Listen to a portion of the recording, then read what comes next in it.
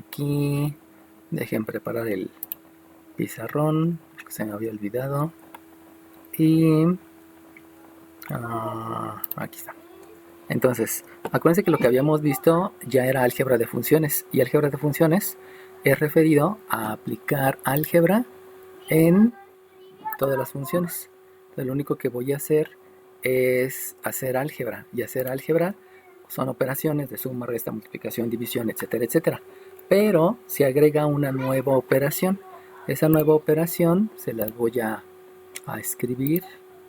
Primero déjenles comparto el pizarrón. Ya está ahí el pizarrón. Ya deben de estar viendo el pizarrón blanco. Y la operación nueva que se introduce en la parte de funciones es una que se llama convolución. Y la convolución es convolución. Lo que es la convolución es una función de funciones. ¿Qué eso quiere decir de función de funciones? Pues quiere decir que hay un proceso tecnológico y ese proceso tecnológico entra en otro proceso tecnológico más robusto. Entonces, esa unión de varios procesos tecnológicos hacen una función de funciones, que precisamente se pueden analizar como en cálculo diferencial o en cálculo integral para hacer una optimización del proceso tecnológico. Se define el proceso tecnológico a través de una función. Ya saben que una función es una definición basada en operaciones aplicadas a la variable independiente para obtener un único valor de la variable dependiente, y eso se puede graficar. Entonces, vamos a entender primero lo que es la convolución. En otras palabras, la función de funciones. Para lo cual, vamos a plantear una función donde una función sea x cuadrada menos 2x más 8 y la otra función, que la voy a llamar g de x, sea una función que es 3x menos 5. Entonces, lo que plantea la función convolución es que lo que yo debo de hacer es tomar de referencia una función y sustituir la otra función. Acuérdense que esto ya lo hicimos. Y yo les decía, este que está dentro del paréntesis recibe el nombre de argumento que se va a sustituir en la variable independiente de la función. Y acuérdense que la variable independiente de la función, pues aquí está mostrada. Esta que está aquí recibe el nombre de variable independiente y es la misma que tengo acá. Entonces, lo único que debo de hacer es una sustitución de una función en la otra función. Esa sustitución de una función en otra función recibe el nombre de convolución y la manera de escribirla, la manera de preguntarla, es decir, f bolita de g. Eso quiere decir función de funciones. Lo que está escrito arriba y lo que está escrito abajo es exactamente lo mismo. Lo único es que tal vez aquí sea un poco más entendible porque les estoy diciendo cuál es el argumento que se debe de sustituir en la variable independiente. Entonces, bajo esa consideración, precisamente lo que yo hago es sustituir. A esa sustitución se le denomina evaluar. Y se le denomina evaluar porque está sustituyendo un valor numérico para obtener otro valor numérico. Aunque en realidad a veces y en la gran mayoría de los casos no se obtiene un valor numérico. Por eso el concepto más adecuado sería el de sustituir. Evaluar está bien, pero es más acertado el concepto de sustituir, ¿no? Entonces, si yo les pregunto f convolución g, lo que tienen que hacer es, bueno, yo tengo una función en x y esa función en x está definida como una como una variable independiente. Disculpen. Está definida como una variable independiente que está elevada al cuadrado menos 2 veces la variable independiente más 8. Entonces, lo que deben de hacer es, en lugar de esta variable independiente, yo debo de sustituir el argumento que ahora es otra función. Y por lo tanto, si sustituyen el argumento que es otra función, lo que van a escribir aquí en lugar de la variable independiente es un 3x menos 5 elevado al cuadrado. Menos el 2x, acuérdense que había dicho menos 2 veces la variable independiente, pero habíamos dicho que se sustituye este argumento, que este argumento es 3x menos 5. Por eso aquí lo que hago es sustituir un 3x menos 5. Y obviamente en el 8 no se sustituye nada porque estamos hablando de un número y el número no es variable y por lo tanto no hay ninguna sustitución. Entonces, lo único que tienen que entender es que se sustituye una en la otra. Y a esa operación se le llama convolución. Para no escribir función de funciones, le llaman convolución. Lo mismo puede ser al revés. Si yo en el inciso B les pregunto cuál es g de f de x, entonces lo que deben de entender es que ahora esta f de x se denomina argumento y ese argumento es el que van a sustituir en la variable independiente, pero en la variable independiente que pertenece a la g. Y eso implica que en la g habíamos dicho que este de aquí y este de aquí se denomina variable independiente. Recuerden que es un nombre equivalente, pero sí tiene un concepto diferente, ¿no? El argumento es el que se sustituye y la variable independiente es la letra donde se sustituye. Las dos son similares porque están representando algo similar, es algo similar, pero no quiere decir que sea lo mismo, tiene sus pequeñas diferencias. Bueno, entonces, ¿cómo se simboliza la función de funciones? En este caso es g bolita f de x. Y entonces, lo que me están diciendo precisamente es que evalúe. Saben que esa evaluación básicamente es una sustitución. Y entonces, si a mí me están pidiendo una g bolita de f de x, entonces la función g es un 3 multiplicado por la variable independiente menos un 5. Y lo que tienen que hacer ustedes es, en esta variable independiente, deben de sustituir el argumento. Entonces, en esta variable independiente hay que sustituir este argumento. Pero fíjense cómo este argumento está definido con estos tres términos. Eso implica entonces que la sustitución del argumento me va a quedar como quitamos la variable independiente y sustituimos el argumento, donde el argumento es x cuadrada menos 2x más 8. Fíjense cómo ahora estoy sustituyendo la otra función. Eso se llama función de funciones. Eso se llama convolución. Convolución es sustituir una función en la otra función. El nombre adecuado es sustituir el argumento en la variable independiente. Esa es la diferencia que deben de notar con los nombres para que no haya ninguna confusión, ¿no? Ahora bien, una vez ya entendido lo que es la convolución, lo único que hay que hacer es álgebra.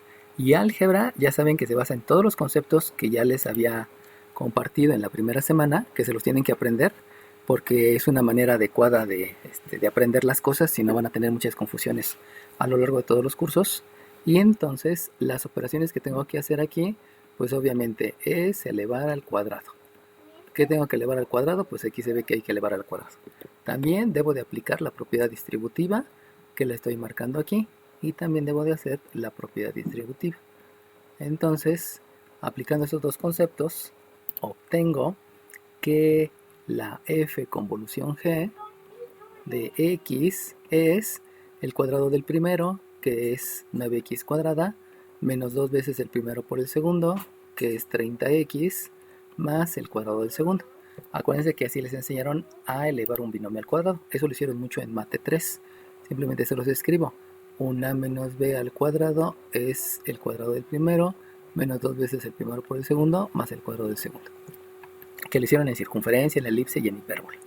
Ahora bien, aplico la propiedad distributiva. Obviamente tengo que aplicar ley de los signos. Aquí me falta, hay que agregar también ley de los signos. Y entonces tengo un menos 6x y un más 10. Y obviamente el más 8, que ahí no estoy aplicando ninguna operación. Y de aquí el concepto que se aplica, fíjense como aquí arriba apliqué 3 conceptos. Aquí solamente, no, también son 3, porque aquí es sumar términos semejantes. Y esa suma de términos semejantes obedece a la ley de la suma y a la ley de la resta. Entonces, yo escribo que tengo una f convolución g con una única variable independiente que es x y comienzo a sumar términos semejantes. Para sumar términos semejantes ya sabemos que el término semejante tiene diferente el signo y el coeficiente, y de la variable para adelante todos son términos semejantes. Este no tiene término semejante, fíjense cómo no lo estoy tachando, solamente estoy poniendo marcatextos, porque si lo tacho luego me confundo y no lo puedo revisar. Y después resulta que tengo un término semejante entre este y este, obviamente tengo que aplicar la ley de la suma. Si aplico la ley de la suma, sumo los dos números y se deja el mismo signo, que eso implica que me queda un 36x. Y por último, aplico también la ley de la suma entre este y este, porque tienen el mismo signo, lo sumo, dejo el signo de los dos, que es el signo positivo, quedándome un 33. Y esa que está ahí es la respuesta de la función de funciones, entendiendo que eso que tengo ahí es una parábola, y la parábola posteriormente la voy a graficar con todo lo que aprendí en geometría analítica. ¿Alguna duda? Ya saben que no es necesario.